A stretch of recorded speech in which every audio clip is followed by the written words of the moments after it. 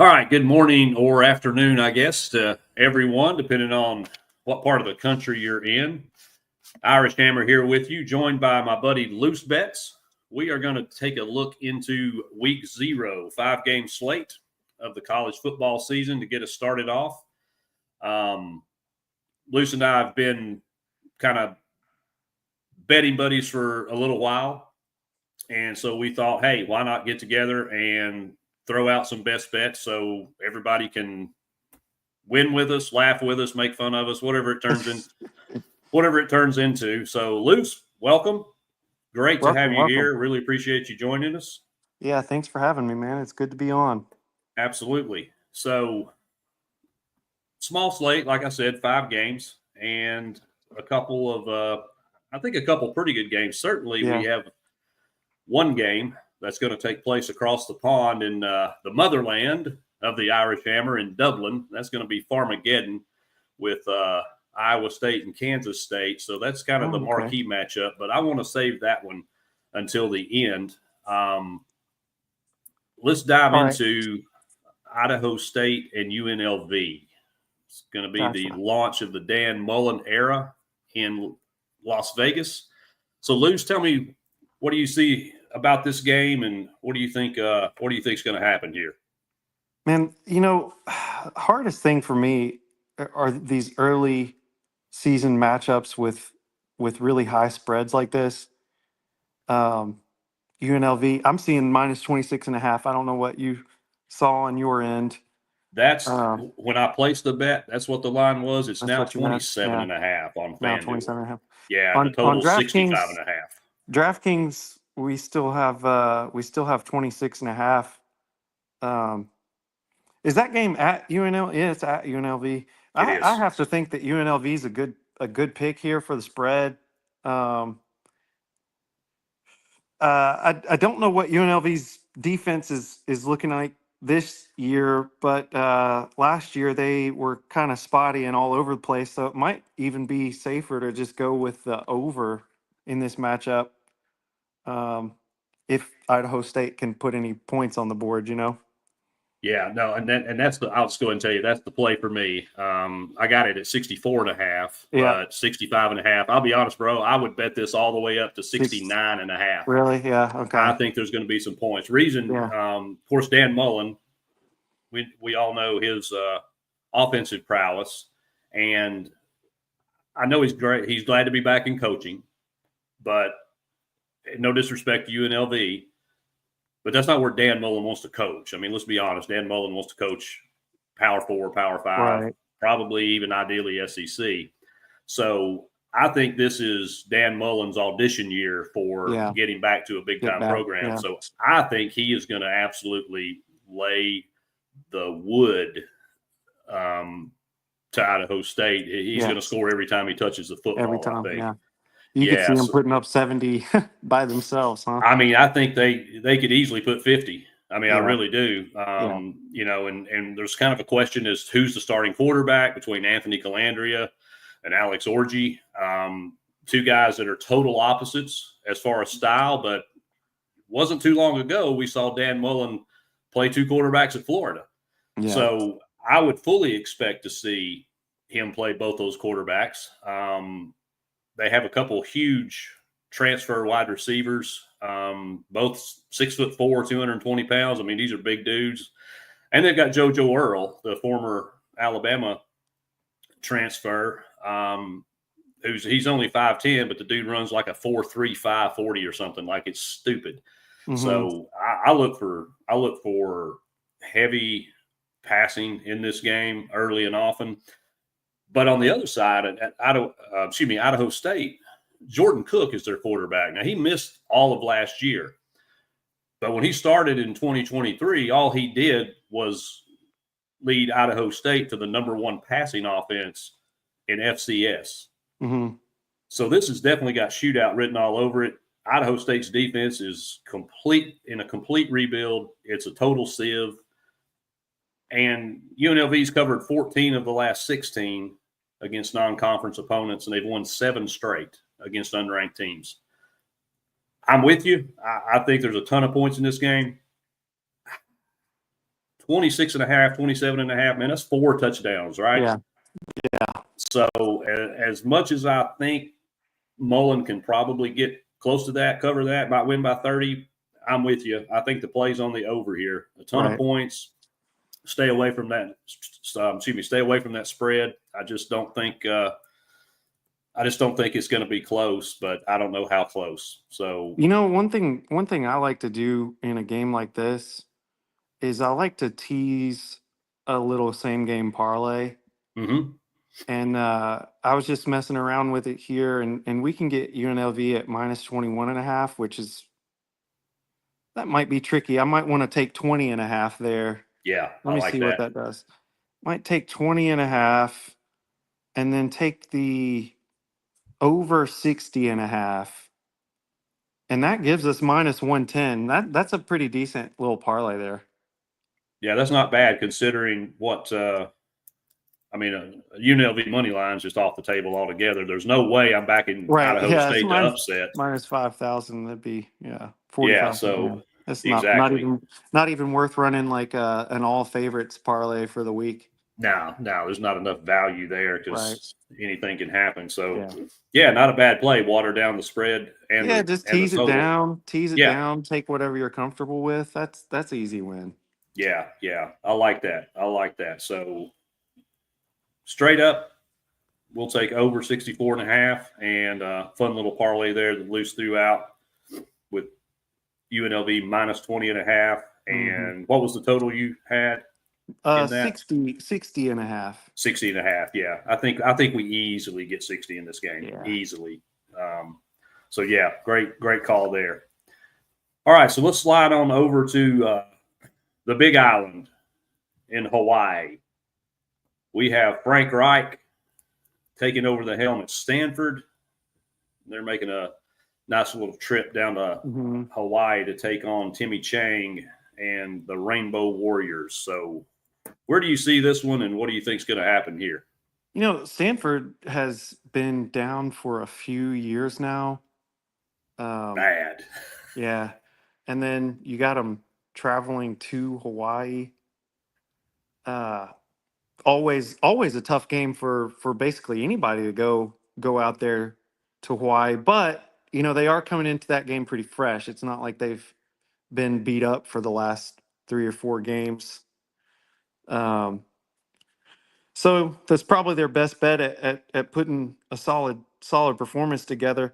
I honestly think I would take the Stanford money line here. They're at a point in their team where they really have to start putting some good seasons together, or they're going to lose it. Yeah, you're right. This is not the Stanford team of Ty Willingham and Andrew Luck and some of the other guys that have come through there. This might be one of the worst rosters in college football this year. Honest to God. Yeah. I mean, Cal, Kentucky, Vanderbilt, they're all right there together at the bottom of the barrel for talent. Mm-hmm. But I hear you, and I'm always down for some plus EV bets. Yeah. Hawaii is 13-0 as a home in their last 13 games. Right. As a home favorite. Mm-hmm. Stanford is straight up 1-8 in their last 9. Yeah. You got a whole new coaching staff coming in, and I have absolutely zero confidence in Frank Reich. He couldn't coach up quarterbacks in the NFL. Yeah. I don't see any way on earth he's going to coach up all these transfer players, and I just don't know. One could argue, and I kind of understand your position in it, that Stanford's probably statistically they're probably better on both sides of the football than Hawaii is, right? Right. But going to Hawaii is a hard game to play. Just like you said, they're 13-0 in favored matchups. Yeah, because it's not like they've got a crosstown rival that comes over and plays, right? Because everybody, it's not like Rutgers making the trip to Hawaii. Palo Alto's 6-7, 6-hour flight, whatever it is. But that's still I mean, it's still travel, and I just can't back a road team making that kind of travel to open the A season, bad road team at that. and a bad road team at that. Right? Yeah. Yeah. Man, I just don't know. And No, I so feel you. I don't think that that's the wrong play at all. Only reason I would take the money line is because I like that plus money, and it's a close spread, and I'm giving Stanford the benefit of the doubt that if they don't get their football team together, then it's gonna be bad season. yeah, I think they're in for a tough season anyway. Um, and I didn't keep up with them a whole lot in the off season. They did actually somewhat turn it around towards the end of last year. Um, who was it? They took somebody down to the wire and lost by like a field goal. Was that Louisville that they barely lost to last season? yeah, I'm gonna plead. I'm gonna plead the fifth You don't because remember? I have no idea. I want I to don't say that it remember. was. I want to say that it was Louisville that they took them. They were actually beating the heck out of them. Um, and then I want to say it was Louisville came back in the second half. That was one of the last games of the season. Let me see. Was that 2024?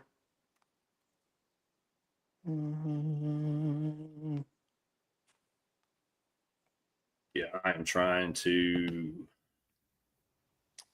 No, Get this right. they beat yeah, it was the end of Oh, they last beat season. They Louisville. beat Louisville. Yeah, They yeah.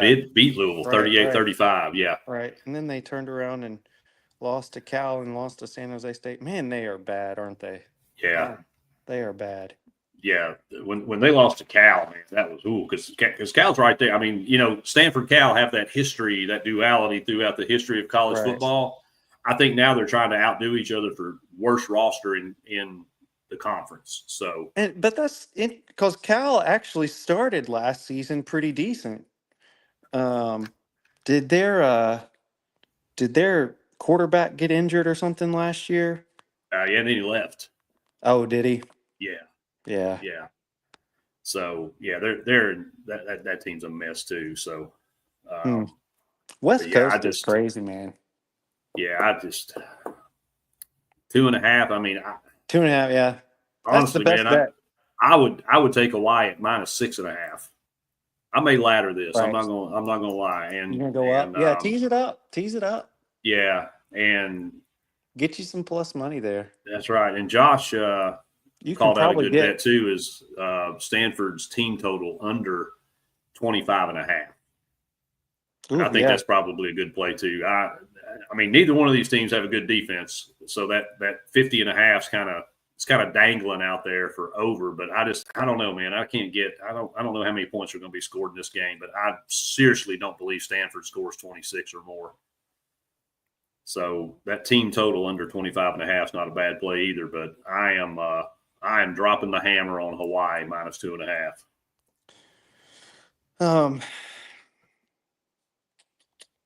I definitely like the Hawaii spread. I feel like team total could go either way. Let me see what's Hawaii team total looking like. I might be let's see. Hawaii total points over under 26.5. That seems like a good play to me. Take Hawaii over 26.5. Yeah, I think they would. I mean, for this total to add up, you were looking for 51 points basically. And if we don't think Stanford's going to score a lot, then Hawaii's going to have to carry some of the load. And their quarterback, and I can't pronounce his name, so I'm not even going to try. But this kid's a lefty, and he can sling it. Yeah. And I think Timmy Chang is. I think he's kind of like Dan Mullen in the Idaho State UNLV game. If he can score every time he touches the football, he's going to. Because First he half needs to. spread is 1.5. Yeah, I love it, man. I mean, you're giving me a home team season opener under 3. Got to come out hot. I got to take that. Man, you can get first quarter -1.5 at plus money. Oh, that's it. Thank you. -1.5 Hawaii plus. Yeah, that's a slam dunk right there. Yeah, I definitely think they get off to a hot start. I think it's important that they get off to a hot start. Got to. And, again, you talk about the travel. Stanford might come alive a little later, but I don't see them coming out of the gate strong. No, right. So that's a great call. First quarter Hawaii. I like Hawaii first quarter. I like Hawaii first half. I like the whole game. Team total. I'm man. They better win because they're going to cost me a lot of money if they don't. Do they still call themselves the Rainbow Warriors, or are they just the Warriors now? I've seen and heard both they're still ways. The Rainbow Warriors. I think it's still Rainbow Warriors, though, yeah, which is cool. When I was they used to have a really cool. I'm mad that they changed their logo. They had a really cool logo back in like the early 2000s. Yeah, I used to have a pair, and I was I guess I was a teenager. I had a pair of Hawaii sweatpants. They were white with Hawaii down the leg and had their logo. Man, I love those things. Those were so cool. And that's a team I just always, because we'll never play them. So that's a team I just always cheer for, man, because it's, you think it'd be easy to get kids to come to Hawaii and play football. But when you're talking about Midwest kids and East Coast kids having to, parents having to make that trip and all that stuff, it's tough to get the, big recruits to Hawaii. So they get a lot of, I'm sure they get a lot of local kids, they get a lot of West Coast kids, but that's pretty much their recruiting footprint. Right. It's tough to get other people to come Absolutely. there.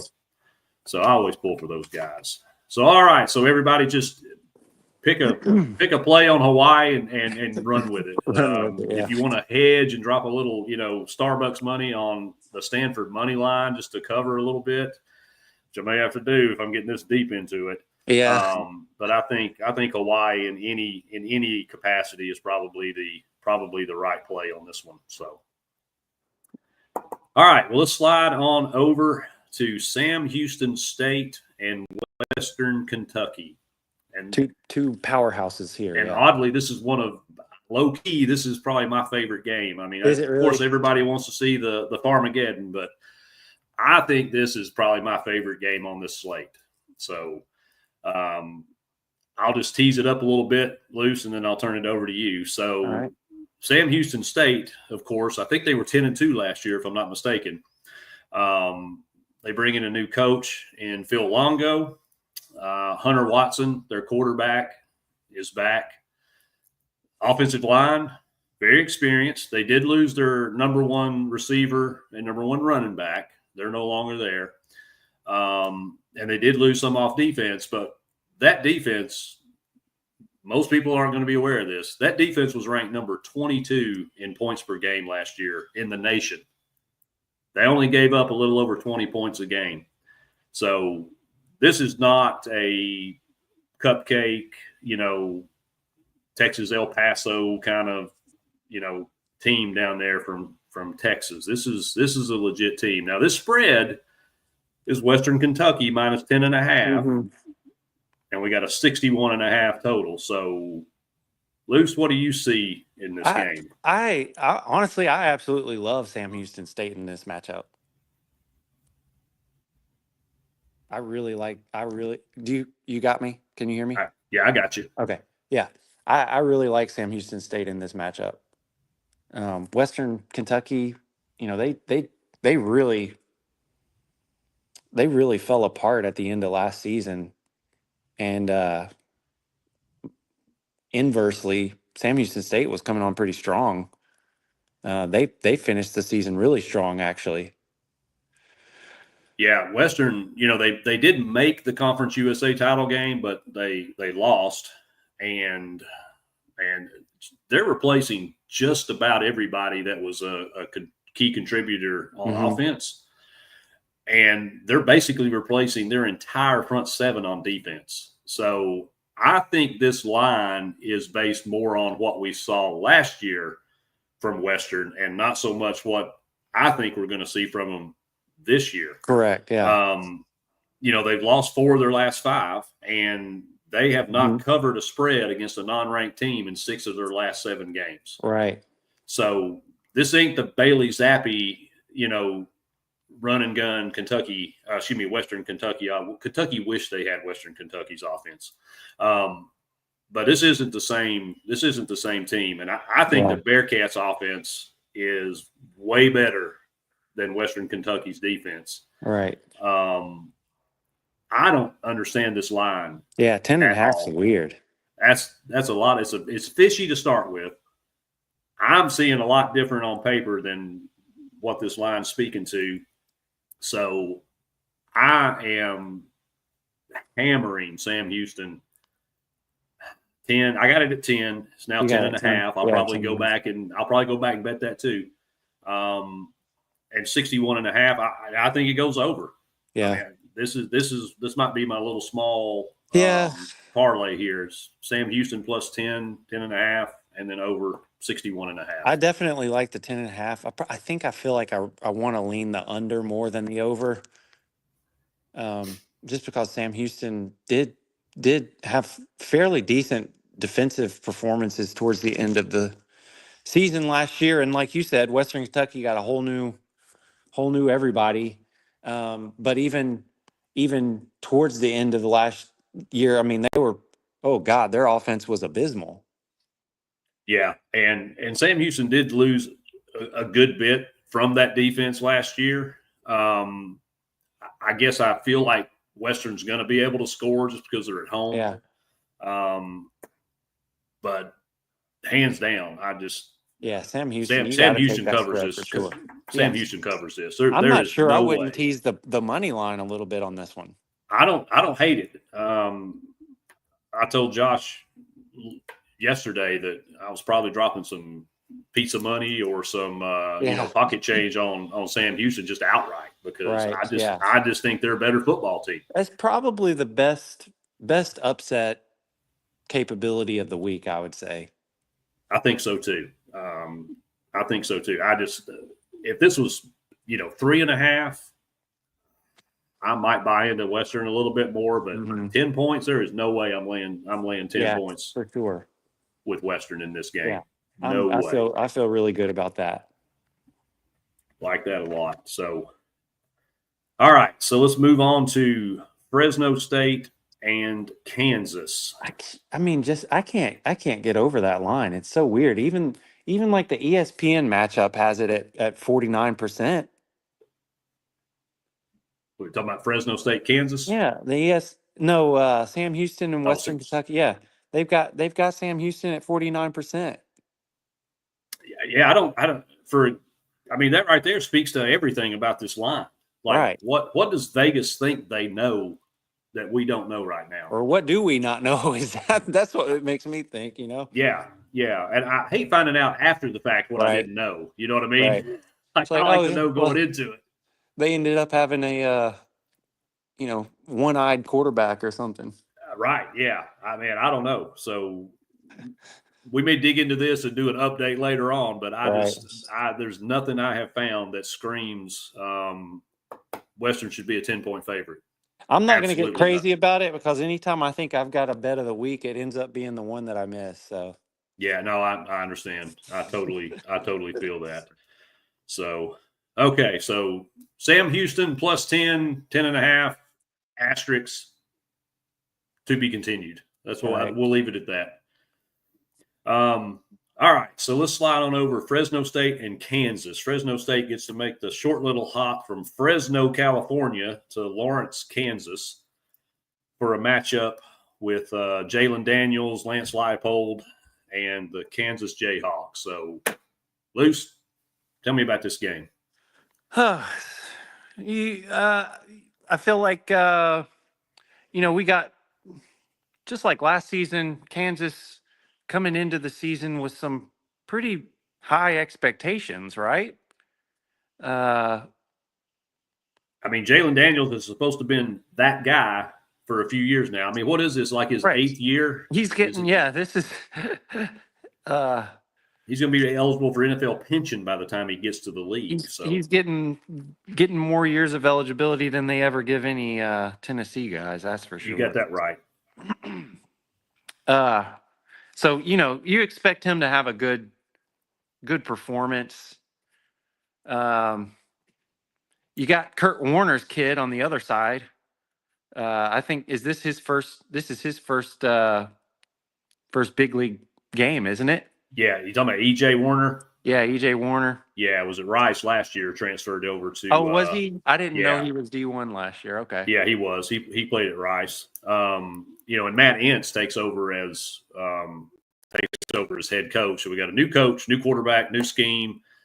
That Fresno State team is just absolutely riddled with transfers during the coaching change. And then you've got Lance Leipold, who's entering, I think, his 5th year, and Jalen Daniels entering his 12th. So it's a tale of two teams here in this game. Spread, I got it at 12.5. It's now 13.5, and the total's 50.5. So Kansas laying some heavy lumber. Two touchdowns is the spread. So what do you think we're looking at here? The thing I'm liking the most is honestly the over. I mean, these are two teams that really should be able to put the ball in the end zone pretty consistently, especially Kansas. I mean, Kansas, they have been an offensive team last few years. You got QB that we're expecting to be really one of the top names in college football, right? Yeah. I mean, or he better, or it's going to be considered a failed season for them. And I mean, Fresno's had a history of high scoring games too. I really like the over in this matchup. I don't think I have a particular lean one way or another on the spread. If I were going to take it at all, being at Kansas, I could probably tease it down and do another little funny parlay with the over. But over 50.5, man, that feels like a slam dunk to me. It does feel light. I agree. Because, Daniels is one of those guys that, I mean, when he's on and kind of got his mojo going, I mean, he can put up some crazy numbers. One of the plays I like in this game a lot is his rushing prop. For those of you that can play college props, I know not everybody can. His rushing prop is only 37.5 yards. That's Bro, he can get that on one run. Yeah, that's a pretty decent line right there. So I'm dropping the hammer on that. I might be looking for that on Prize Picks. Yeah, definitely, because I think they got a couple free squares on there too. So I mean, that's free money. Honest to goodness, that is free money. I don't see Jalen Daniels changing his approach to this game, no matter what Fresno State does on defense. Homeboy's running. So you were able to get the minus 12.5? I did. Yeah, that's a good line right there. I hammered it too, bro. Yeah. This is, I know we just talked up Hawaii real big, okay? But this is the Irish Hammer stone cold lock, dropping my shillelagh on it. All right. Best bet. Kansas minus 12.5, 13.5. It doesn't make any difference. Kansas started 2-6 last year. You got to feel good that the line moved in your favor too, Yes. That anytime it jumps basically overnight, which is what it did, and I'm on the right side of that, then I know I'm in good shape. But Kansas started 2-6 last year, and then all they did was beat Iowa State, BYU, and Colorado to close out the season. They didn't even play in their own stadium last year, dude. Yeah. They were, misplaced at another venue while their stadium underwent renovations. Well, that's over with now. They're back in their stadium. Kansas has never lost a home opener with Lance Leipold as coach. Yeah. And it ain't starting this year. Right. Now. Give me Kansas. Give me the over. Yeah. Give me Jalen Daniels over his rushing yards prop. And Josh, who's jumped in here with us, what's up, buddy? Gave me one last night that I'm adding to my bet slip, and that's Kansas first half minus 6.5. Yeah. I think they jump on Fresno with both feet. I think Daniels has an absolute lights out game. And if E.J. Warner's got any of his daddy's ability in him, dude, you're right. This game should sail over 50 points. Right. sailed Yeah, and over it's 50. funny. It's interesting to me that line has actually dropped from 51.5 down to 50.5. Unless there's some injury that the insiders in Vegas are aware of that they haven't told us yet, Man, this line's moving in the wrong direction. even if there is, these are two teams. I mean, really, they're two teams that can put points on the board, especially Kansas against much better teams. I mean, them beating BYU at the end of last season was huge. Oh yeah, I mean, and nobody saw that coming. Nobody saw them beating Iowa State. Like that, the first half line is 25.5. That feels really good, and that's minus 102, basically even money. oh, I kind of like that too. Yeah, 25. To be honest, because yeah, I think Kansas comes out and just absolutely firing.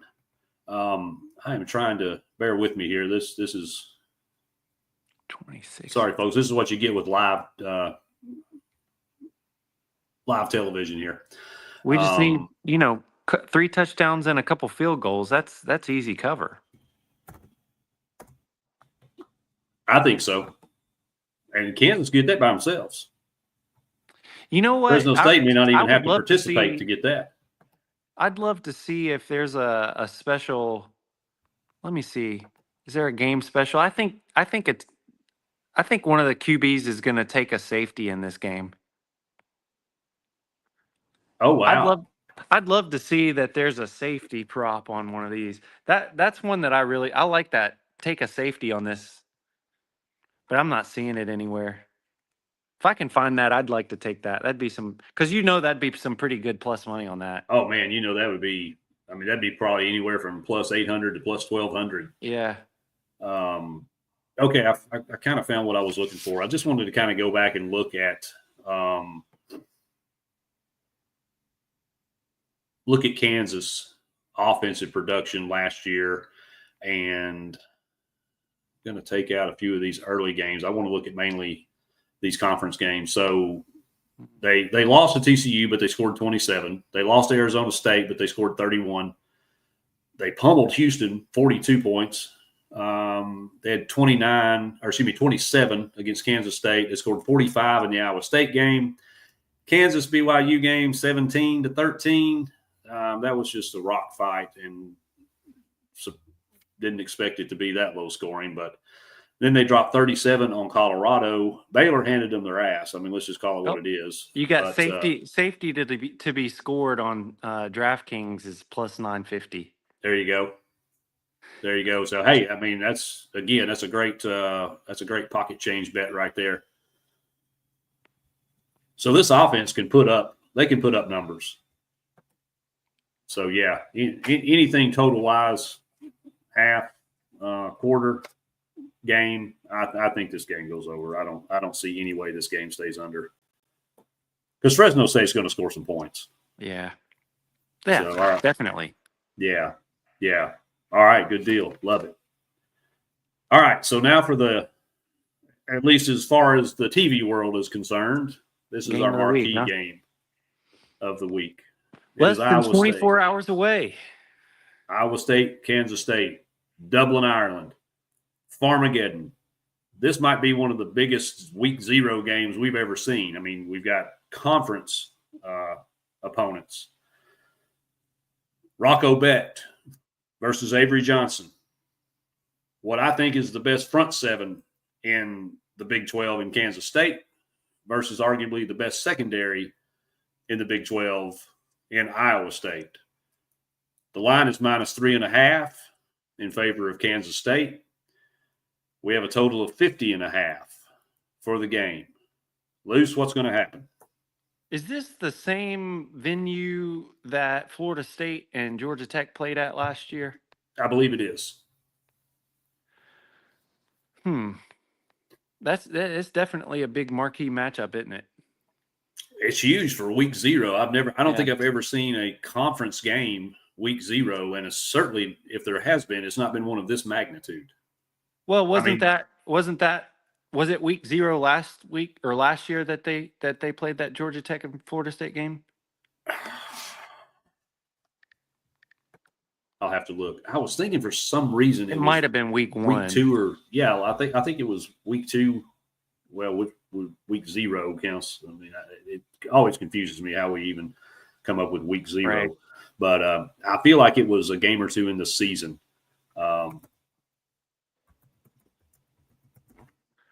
Let me see if I can find that real quick. So, one of the things that I'm aware of in this game is that Avery Johnson has a free square on Prize Picks. That's half half passing yard free square. So he's going to hit that, of course.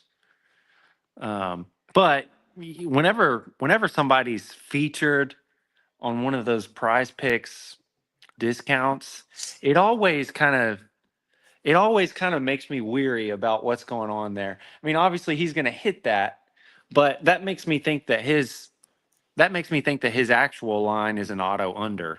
Basically anytime I see that. That's usually how I play that. If it's not just a flat out free square with, half a yard thrown or, half a point scored, whatever it looks like, I always look at that original line and fade it. And more times than not, that's right. Now, sometimes they blow through it, but more times than not, you're right. A discounted play on the parlay sites equates to just take the original line under. So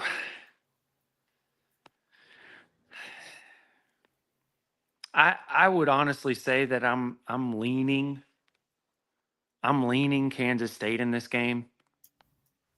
Not mega strong, and I think it will at least early be a pretty defensive game. But I think Kansas State breaks it open and pulls away in the second half. And I don't disagree. I took Kansas State at -3. I'll be honest, that -3.5, that hook worries me. Yeah. But I feel like Avery Johnson's the difference in this game. Yeah. I think he's primed to have a pretty stellar season. I think he's gotten better with his passing mechanics, and we obviously know, the kid's fearless. I think he's the difference in this game. We were pretty big on him, in our off season. We thought maybe it may have been a pipe dream, but we thought we had a shot. He would have been a really good fit. He would have been a really good fit in our offense. He's got all of the little grit and everything that a Heupel guy needs, honestly. Yeah, he's no question. I mean, the guy's fearless. He's tough as nails, and he I mean, he's a game changer in my opinion. I think he may be a dark horse Heisman candidate. I know they've already pretty much put Arch Manning's name on the trophy up there in New York. Which I can't understand for the life of me because granted we know his lineage and we saw some flashes last year, but I mean, we've really seen him just kind of come in and operate like a Tim Tebow did when he was not starting. So we don't really know if Arch Manning's any good as a passer or not. But so I definitely think I like Johnson. K-State in this game. I really like it, and the more I look at it, the more I like it because I'm seeing experts all over Iowa State, which makes me really lean more Kansas State.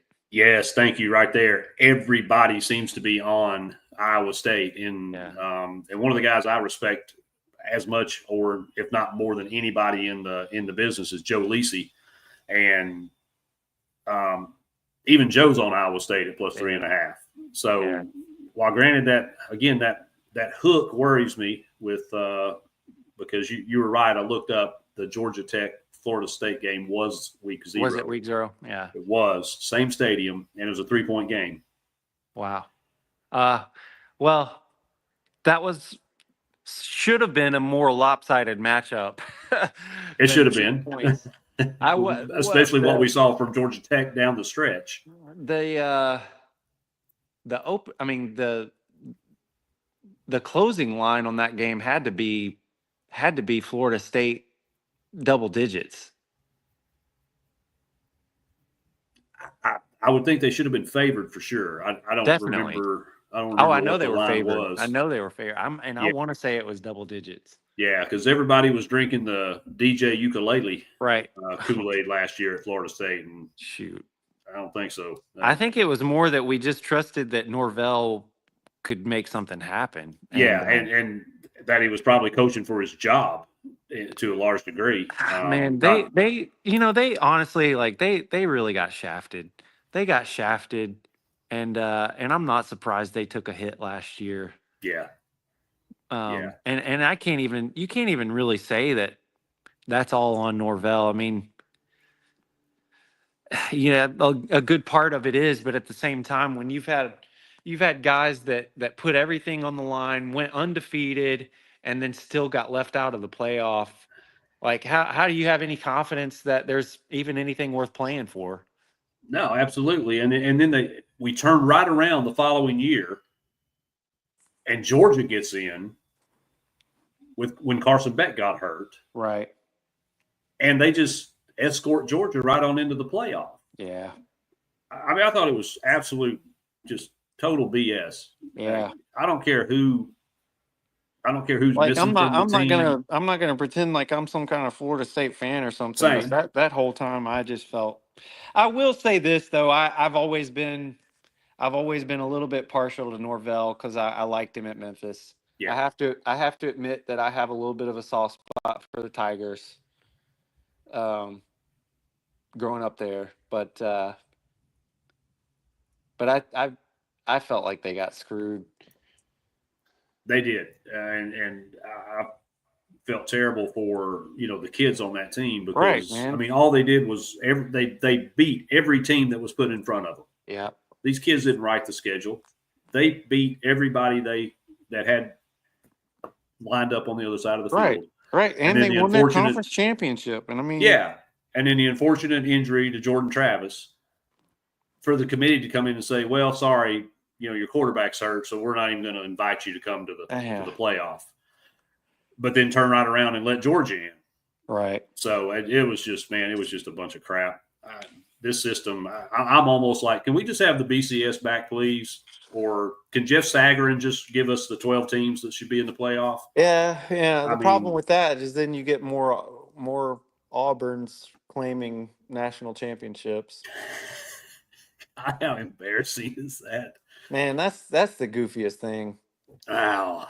In the year 2025, we got people claiming ghost championships. Yeah, from like 130 years ago too. Yeah, it's just asinine. They claimed one from what, like 2014 or something?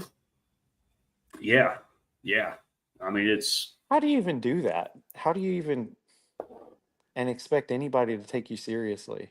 Yeah, I mean, I get back in the day, the 30s, the 40s, the 50s, the 60s, that run where the national champion was awarded by the news outlets before the bowl games were played. Yeah, and a lot of people that don't know anything about football, when you talk about national championships from that time period, yeah, but they lost their bowl game. Well, I think we should go back and remove some of those championships where the people did lose their bowl games.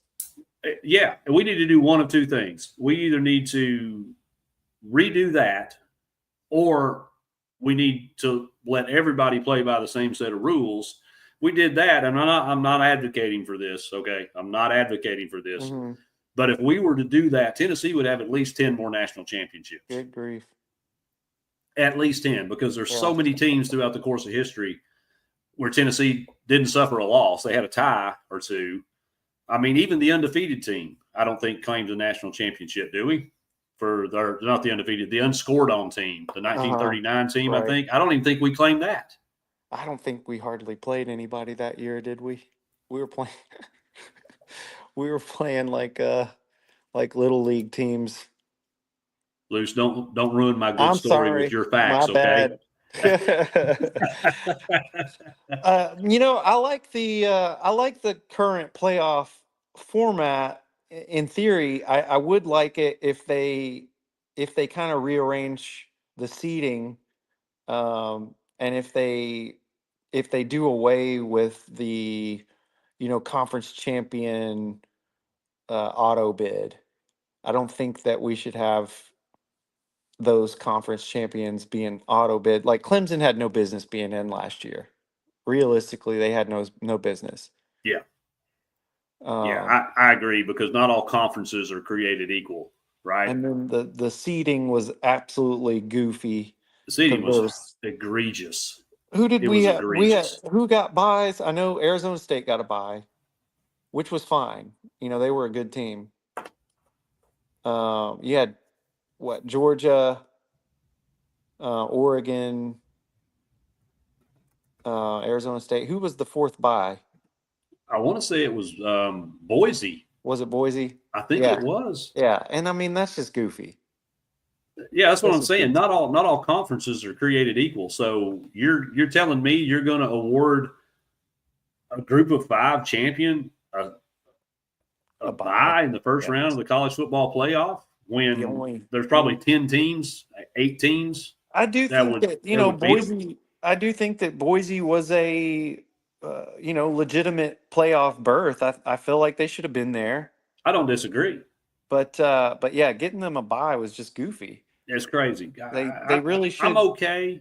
I'm sorry. just Go ahead. just seed them 1 to 12 and play them like a March Madness matchup.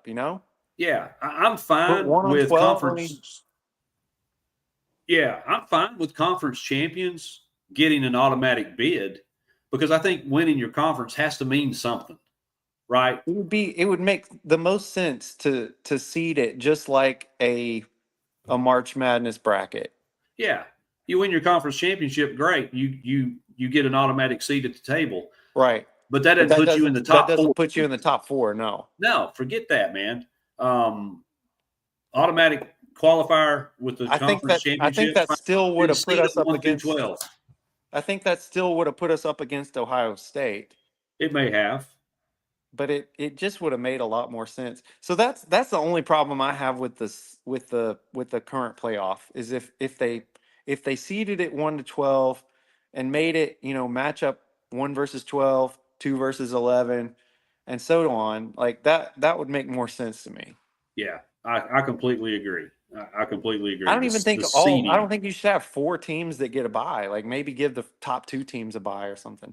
I didn't understand that either. And it looks like to me that the more games we play, is the better off for That's college yeah. football, right? It I gives mean, you with better for advertisers, better for marketers, better for all the money that's coming in to yeah, these games. That's what they're all about, isn't it?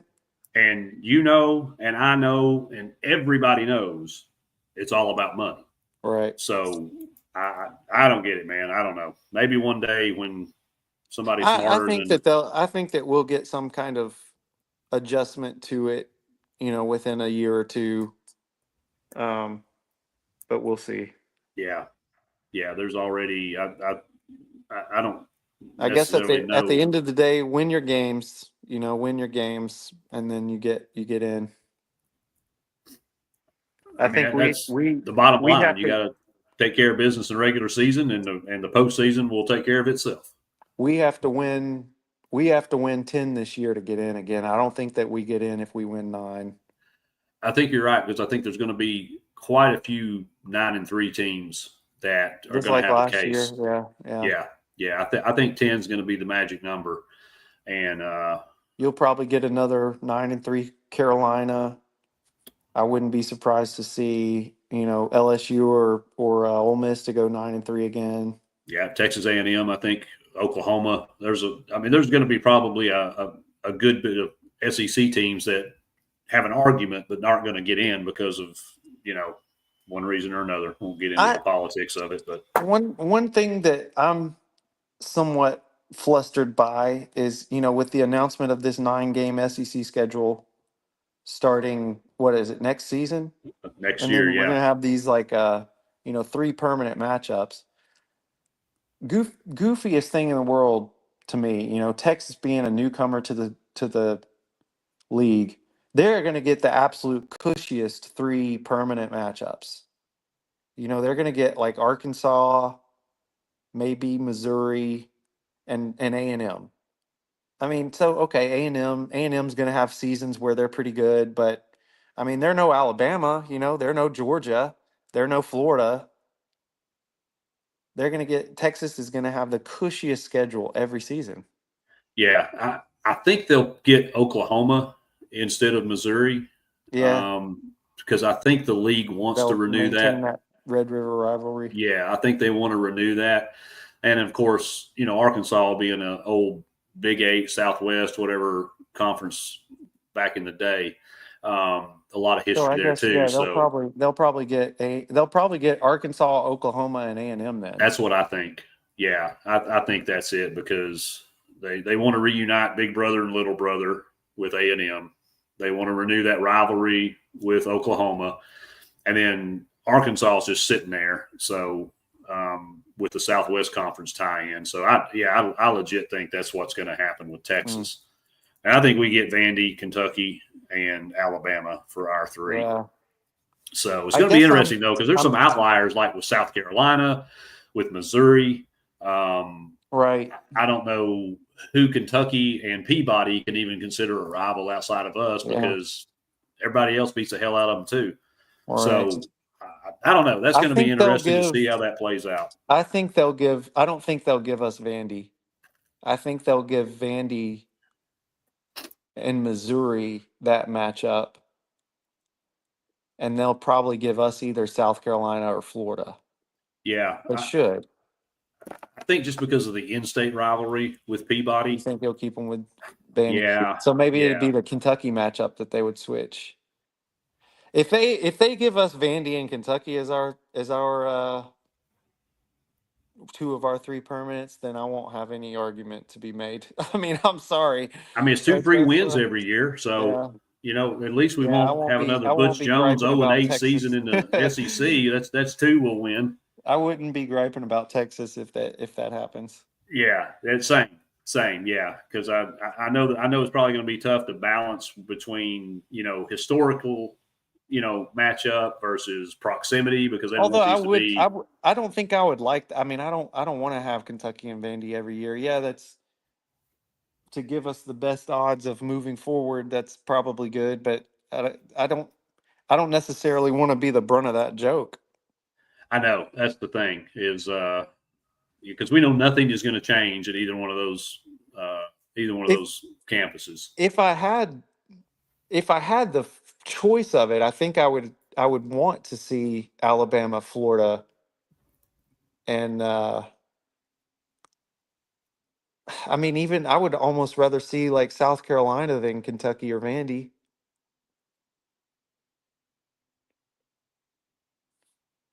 Yeah, I mean, certainly when you consider the value that strength of schedule allegedly is going to have on the playoff, I mean, then that brings the argument back to, well, let's just keep Georgia, Florida, and Alabama. Yeah, well, no, I don't want none of that. I'm with you. I mean, we've had to play that schedule for I know, yeah, decades. we've had that for forever, yeah. And but I don't want that being permanent. I know, right? Because that's tough. Especially when 2 of them are always on the road. Yeah. We always. I don't think anybody would have any way to say that there's a harder schedule.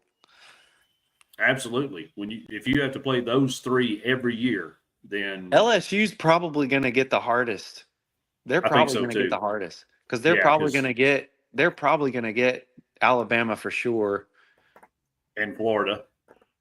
You think they'll get Florida? I think they will because that's turned into a pretty big rivalry. And then they'll probably be against A&M as well. That's tough. LSU's going to get that. They're going to get it. Yeah, and Ole Miss is definitely going to get Mississippi State as one of theirs. Yes. And I don't know. Missouri to me is kind of that's another reason that I'm trying to work out this trade. Get rid of them is because geographically it's in a terrible place for the SEC. It's not even a southern state. They should be in the American or something. I've been trying to get them in the Sun Belt, the MAC, and Conference USA. So I haven't heard back from all of them, but so far no luck. So yeah, I don't know. We'll have to We've see. got enough Tigers in our league already. Thank you. And the other Tigers actually win stuff sometimes. So yeah, they do. Yeah. All right. Well, we chased a rabbit there, but some great conversation. So we both like Kansas State in this game, Yeah, I think, right. right? Kansas State. Yeah, we do. I do. Yeah. I do. And I'm emboldened because all the analysts are against us. Yeah, I think so too. I think this might be a contrarian special right here. So If you just take who's the best quarterback? I think it's Avery Johnson. Avery Johnson's way better than Rocco Becht, in my opinion. I think so too. I really don't think I wasn't that impressed by Becht last year. I know a lot of people are, and a lot of people have high expectations for him. I didn't see it. Yeah, and that's why I say Johnson tips the scales for me, because another thing to kind of go with Rocco Becht, both of Iowa State's big-time wide receivers are gone. Mm. They scored 17 of the 25 receiving touchdowns last year for Iowa State. They had 25 passing touchdowns, and these two cats got 17 of them. Yeah. So they only have 8 touchdown their production in the wide receiver room, 8 touchdowns coming back. Yeah. I don't know. All the way around, this game screams Kansas State to me, and that's how I'm playing it. So let's see. All right. Do you want to look at any conference champions, or save that for next week? We've got a few minutes. If you want to, we can kind of run through them real quick, because I don't know if we look at the Power Four. Yeah. And then if let's you'll look give at the me, Power Four, and then I'll give you one G5 that I like. I like that. I've got 2 I jotted down for G5, so we'll do that real quick. So let's just start ACC. Mm-hmm. Loose, what do you got? Man, I don't see how you can go against Clemson in this. I think that Klubnik's going to be the best quarterback in college football this year. He's a really, really polished guy. The value's not great there, but I don't trust anybody else to be able to go against them. I mean, I guess the only one that you could maybe say take a gamble on, what's Belichick going to go do at North Carolina? But I don't think he has the tools to really get much going over there. So I would probably take 1U on Clemson and just not even look at it. That's probably the right play, and I 100% agree with you. I don't think this Belichick experiment is going to go the way everybody thinks in Chapel Hill. Definitely played Clemson, but I'm going to give you one dark horse, long shot. That's probably not going to hit, but just in case. If Klubnik gets hurt, anything could happen. Right. I like Louisville at plus 800. Yeah. Yeah, that's definitely the next best way to go for sure. I think so too. I just don't see anybody else. And I know Georgia Tech's kind of the, people are so high on Georgia trendy Tech. Pick. I'm not seeing that. I mean, I'm seeing them in people's playoff prediction brackets, and I don't know. I think if anybody in that conference can give Clemson a run or take advantage of a situation where, something happens with, Klubnik or the wheels fall off or something, Jeff Brom's probably the next best offensive mind and coach in that league. So to me, the thing about Georgia Tech is, they're going to win some games that they shouldn't really win. Yes. But the way, with the wishbone offense like that, or the option offense that they run, the triple option, you're going to run into those teams that just absolutely shut it down. Yeah. And then they're going to lose games that they shouldn't lose. And so I don't see Georgia Tech. They're not championship material. That's crazy. Yeah, they're not. And I think teams that run, I remember, it was the game Inky Johnson got hurt against Air Force. That triple option, wishbone, whatever crazy. If you don't see it, but every so often, it's very difficult to defend. Right. But everybody in the conference sees it. Everybody in the conference studies it. They know that game's coming up on their schedule. So it takes like they've one got a guy to plan to just defend break it open. If you've got one disruptor in there that has a good matchup, then it completely ruins that entire game plan. Yeah, it can be, if you're not prepared to defend it, they'll run it down your throat. If you know how to stop it, then it's going to be a long game for the offense. Yep. So all right. So Clemson, I think, is definitely the play. A little bit of pocket lint and moldy cheese on Louisville plus 800. Yeah. So let's go to the Big 12. This one's a little trickier. You lost me for a second. Let's do the Big 12. I think this one's a little trickier. It's kind of a log jam up there at the top of the odds board for. There we go. Sorry about that. I dropped out for a second. Oh, okay. We got you back. Yep, I'm back. All right. So Big 12. There's kind of a log jam there at the top of the odds board for this conference. Who do you see? This is probably the best one to to try to take a bet on, because I think it is. You can get great value across the top 6 teams. Yeah, there's at least 4 or 5 serious contenders in the Big 12. Who's your pick for? I think, and you can't really call them a dark horse because they're in that kind of jammed together top 6, but I'm going to go with Texas Tech. A lot of people liking Texas Tech this year, and I know they spent a just insane amount of money on NIL, so you would certainly expect to see some payoff from that. And I think next couple of years coming, provided they're able to keep all these kids on campus, I mean, they should be in the conversation every year. The one I can say that I would confidently not go with, and this probably makes no sense at all, but I'm not as high on Arizona State this year. Same. They don't have Scadaboo. Scadaboo was really the steam engine of that team's run, and I don't think that they can make up for losing him. So I don't see them pulling it together like they did last year. I think they got a good coach. Dellingham's a good coach, but they're gonna have a little bit of an off year. I think so too. That he forced the opposing defenses to change how they played against them. Yeah. They don't have that guy this year. So I 100% agree.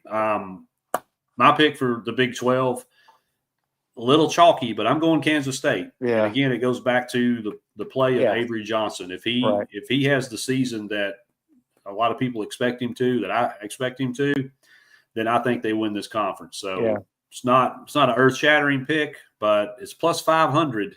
So yeah, it's good. Still good value. Even great value on what I think is the best quarterback in the league. The Big 12, I mean, of course. So yeah, I mean, plus 500. I'm definitely gonna ride that. What about the Big 10? Big 10. Do you think it's Oregon's year? I saw them sitting there at plus 440. Yeah. And my initial knee jerk was, oh man, that's good value. Man, they're replacing a lot of production on offense. Yeah. Yeah, but I mean, and they didn't. Yes, they're replacing it, but it's not like they lost a step. Sure, they're not a rebuild team; they're a reload team. Right. Just get new numbers in there and for sure, do the same thing. And Dan Lanning's probably one of the best coaches in the league, not named Kirby Smart or Steve Sarkisian. So. Right. No, I like Oregon here. I think that it's their year to put it all together. Hard to go against Ohio State. They're going to be solid, but we've seen that they can drop a game, and we just need to drop the right game. Yeah, that's right. I'll tell you who I'm not putting any money on this year in the Big 10. and that's James Franklin, Yeah, Drew Aller, no and the chance. ever disappointing Penn State Nittany Lions, who Right, can't I'm win right a there. big game on the road to save their life. Right there with you. No They're probably way. going to make They're probably going to make the playoff again because they Oh, don't play anybody. But I bet them to make the playoff. I did, but because I don't see them winning the conference at all. I don't either. Outside of Ohio State, they've got a pretty gravy schedule. And I hate to even admit this on air where it can be documented and thrown up in my face, but I mean, I bet Ohio State at plus 190. It's almost 2-1. Defending national champion. There's not, that's not a bad bet by any means. It's I hard to feel argue dirty against making it. I it. feel like I Yeah, need to go to a confession, or, I know. I'm going to do some, I call it community service, but we do volunteer work at one of the missions in Huntsville. We're doing that tomorrow. So I feel like I have to go do this tomorrow to make up for saying that I'm betting on Ohio State to win the Big Ten. I can't believe we're not going with UCLA. I know, right? That's all I'm going to say. That's all. There's good value there. Right. It would feed families and the tens of fans that will be in the stadium to watch the games. Plus 20,000. Yeah, plus 20,000 on UCLA. So, man, that's going to be another whole show. I've already done one. There's probably going to be another one coming on that whole deal. But, yeah, if he was such the savior that UCLA fans want to believe that he is, y'all wouldn't be plus 20,000 to win the conference, okay? That's a fact. So just stop with all that nonsense. That is a fact. All right, so I saved the best for last, of course, of the Power Four conferences, the SEC. What's it going to be, Luce? Southeastern Conference Championship winner. Oh, man.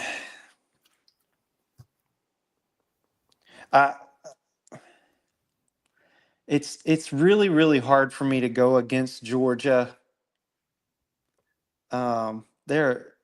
Kirby Smart. I mean, I think he's the best coach in college football. They loaded up on talent. People are down on Georgia this year, which is absolutely incredible to me. Their offseason was huge. Sending Beck out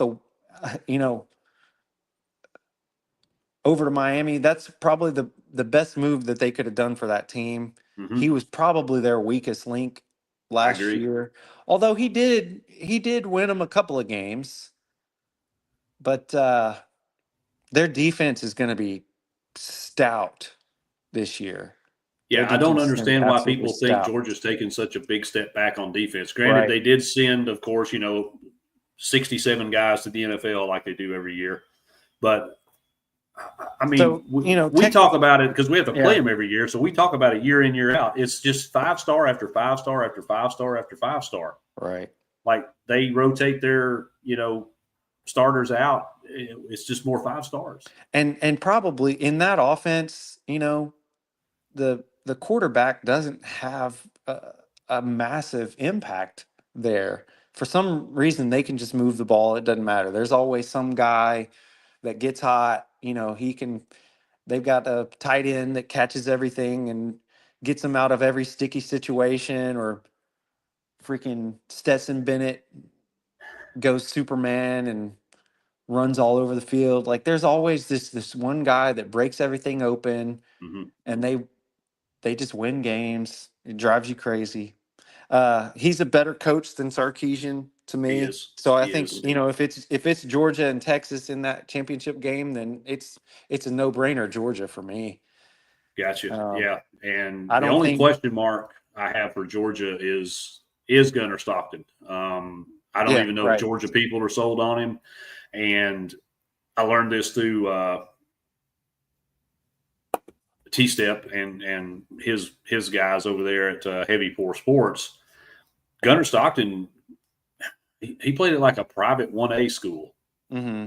So he's not your typical, your typical 5-star, IMG Academy or something like that. Like he's not out of this major high school pipeline, big school quarterback. He's a small school quarterback. So I know everybody from the Georgia side, when Kirby was asked about him, got the little Kirby grin when he was talking, like, "Oh, we're going to be fine." Kirby's smiling. I'm not sold. Yeah. So with that said, and I don't think Texas, there's too many question marks around Texas on the offensive side. Losing Blue, losing Golden, Ewers, and I mean, honestly, man, if Arch Manning wasn't good enough to beat Quinn Ewers out last year, why is he going to be the savior, the Heisman Trophy winner, and all this year? So, of course, I'm bet Tennessee plus 3,000, right? That's a no-brainer. Yeah. Go on. Because Joey's going to work some magic for us. His defense is elite. Right. You never know. But my money bet, I got faith, is on LSU at plus 600. Nah, I can't do that. I can't get behind that. The only reason is Nussmeier. Brian Kelly has proved to me way too many times that he don't have it. I know. I'm with you. And it's almost an attrition bet that they might actually be the last team. They might be the last team standing. So I know it's not going to be popular. I know I'm going to catch crap about it, but they've got the team to do it. They've got the team to do it. The only thing I have a problem with is just Brian Kelly. Yeah, I'm betting LSU in spite of, not because of Brian Kelly. I don't know if he just doesn't. I don't know if he just doesn't love his players enough or what it is, but there's something about, man, them just being an underperformer. Yeah. Well, I think that's part of where my head's at too on it, is because I feel like he has to do it this year, because if he doesn't, I think that seat gets real hot. See, that's my I don't think you can find it anywhere, but my hot take of the year is that the SEC is going to have a minimum of 3 coaching turnovers from this season to next. Oh, I don't have any doubt about it. Especially once John Gruden has kind of thrown the bait on the hook and out in the pond. He's not going to coach anywhere. I know he's not, but the fact that he said he would love to, how many teams do you think would fire their coach today if they think they had a shot at John Gruden? Yeah. Arkansas would. I think Florida would. I think Kentucky would. Pittman's probably one of the ones that I'm thinking is on the chopping block. Pittman. Yep.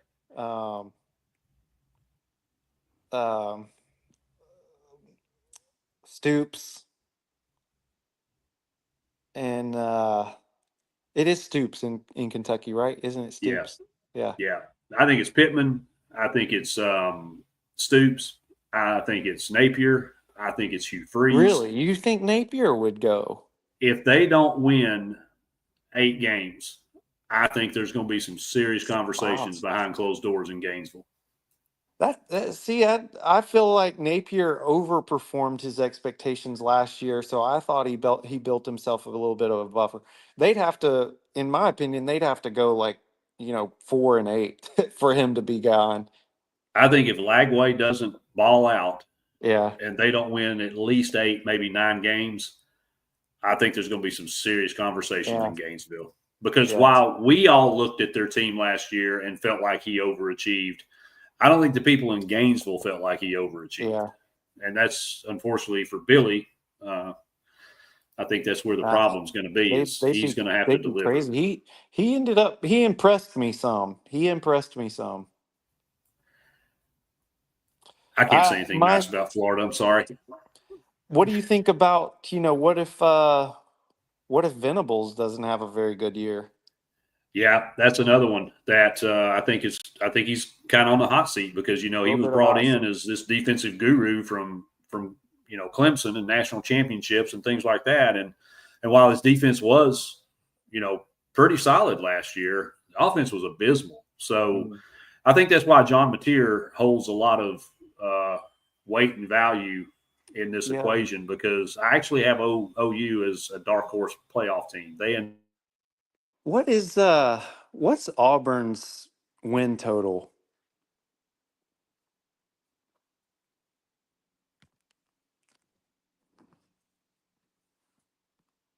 Are you there?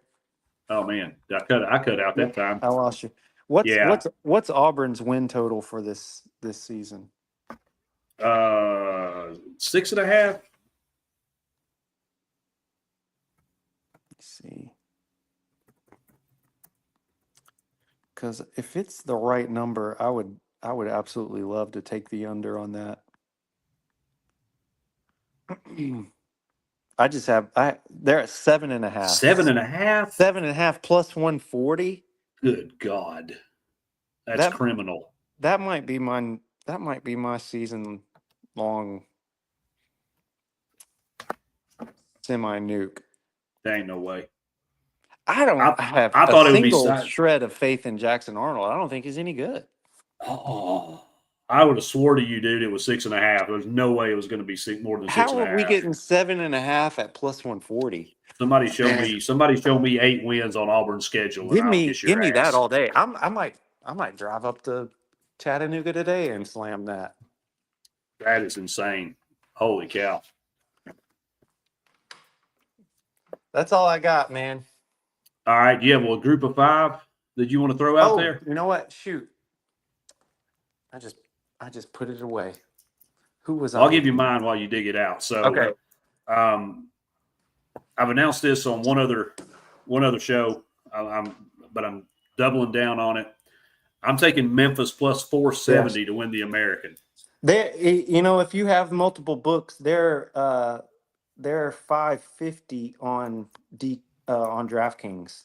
Okay, like I said, I'm taking Memphis plus 550 to win the American. I like the Tigers, man. I'm that wasn't mine, but only because I was forcing myself not to take it. Yeah, I understand you might have a little bit of heart in that bet versus me that I can't stand Memphis, want nothing to do with Memphis, hate their basketball program, their football team will always be Tiger High to me. But I can't deny facts. Yeah. Memphis win the American this year. And my other team is in the MAC, and that's Toledo at plus 210. Yeah. And I'm calling it right now, Toledo over Kentucky, week 1. Book it. Ooh, yeah. What's the line? Is that a money line that you're taking? I'm taking them outright. All right. Outright win. One that I'm going a little bit of a long shot on this. I'm going to go to the Sun Belt. I like it. And I like Texas State. They're getting plus 750. I think they've got a little bit of a sneaky team there. And I'm not expecting, James Madison is the favorite there. I'm not expecting a whole lot out of them. I don't expect a repeat of the past couple seasons. I think they regress. And they did get a fair amount of transfers, actually. They did. Like basically everybody from Navy's team last year went to James Madison. Isn't that funny? Kind of the weirdest thing. But I don't see it coming together over there. I think they take a step back, and I know they're the favorite. But dude, I've got the same bet. I've got Texas State to win that conference. Yeah, I do. I love their quarterback, man. Yeah, man. I love that dude. I can't remember his name. I think they're gonna be sneaky good. I think so too. And for what do you got? 750? Yeah, 750 on DraftKings. I didn't check FanDuel. I think it's 700 on FanDuel because I think that's the number I got. But yeah, I took Texas State plus 700. Sweet. That's awesome. Awesome. Well, all right, everybody. Thanks for watching. Thanks for checking out and tuning in. Loose, brother, I appreciate you, man. It was a blast, and look forward to more of these as the season goes along. If you're not following Loose on Twitter, real simple, at LooseBets. Follow him and play in. I'll actually do some college football posts here instead of my regular nonsense. Yeah, well, you got to have a good bit of nonsense though. Keep yourself sane on Twitter, and there's just too many. I mean, there's just too many, fans of other teams that we have to educate on there. So that's a good way to put it. That's right. So again, brother, thank you for being here. Appreciate your time. Same, man. Thank you, everybody, for watching. Next week. Yes, be sure next week. Watching the games. Hopefully hopefully we have a good recap to go through. And we don't have to find a side job. That's right. Just big stacks of money all around us for the next episode. So awesome. Thanks a lot. Thanks, right, everybody. Man. And we will see you soon. You have a everybody good take one. care. Good luck.